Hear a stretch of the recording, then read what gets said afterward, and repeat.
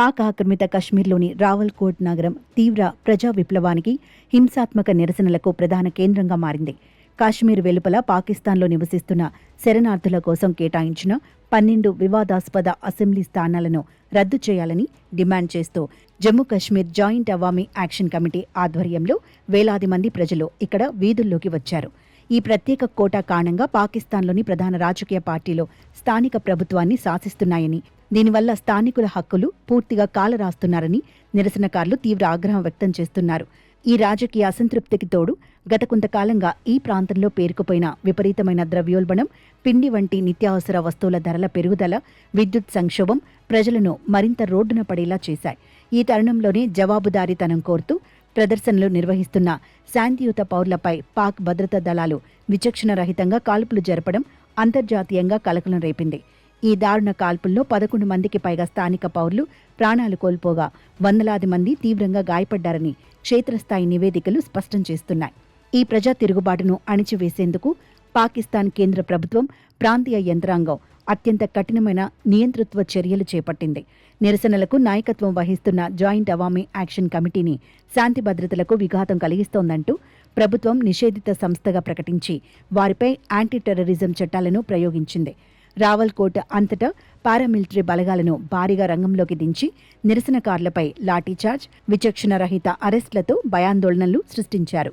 అంతేకాకుండా ఈ భద్రతా దళాల అణచివేత, మానవ హక్కుల ఉల్లంఘనల దృశ్యాలు బయటి ప్రపంచానికి తెలియకుండా ఉండేందుకు ప్రాంతమంతటా ఇంటర్నెట్ సేవలను, మొబైల్ డేటాను పూర్తిగా నిలిపివేసి కమ్యూనికేషన్పై బ్లాకౌట్ విధించారు. వివాదాస్పద శరణార్థుల సీట్ల రద్దుపై కోర్టులను ఆశ్రయించగా ఆ స్థానాలకు రాజ్యాంగ రక్షణ ఉందని, కేవలం ప్రభుత్వ ఉత్తర్వుల ద్వారా వాటిని తొలగించలేమని పీఓకే సుప్రీంకోర్టు తీర్పునిచ్చింది.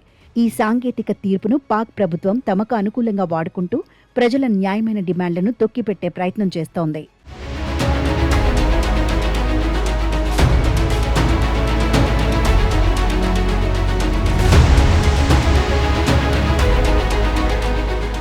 ప్రస్తుత ఉద్రిక్త పరిణామాలను బట్టి చూస్తే భవిష్యత్తులో ఈ ప్రాంతంలో రాజకీయ, సామాజిక సమీకరణాలు అత్యంత క్లిష్టంగా మారే అవకాశాలు కనిపిస్తున్నాయి.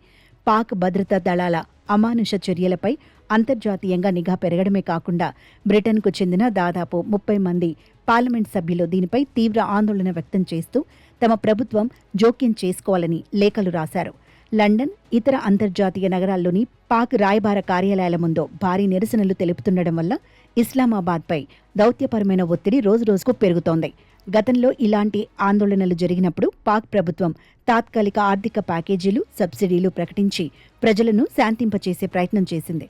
అయితే ఈసారి ప్రజలు తమ శాశ్వత రాజకీయ హక్కులు, ప్రాతినిధ్యం, పౌరుల మరణాలపై జవాబుదారీతనం కోరుతుండటంతో కేవలం నిధుల ప్రకటనలతో ఉద్యమం చల్లారేలా కనిపించడం లేదు.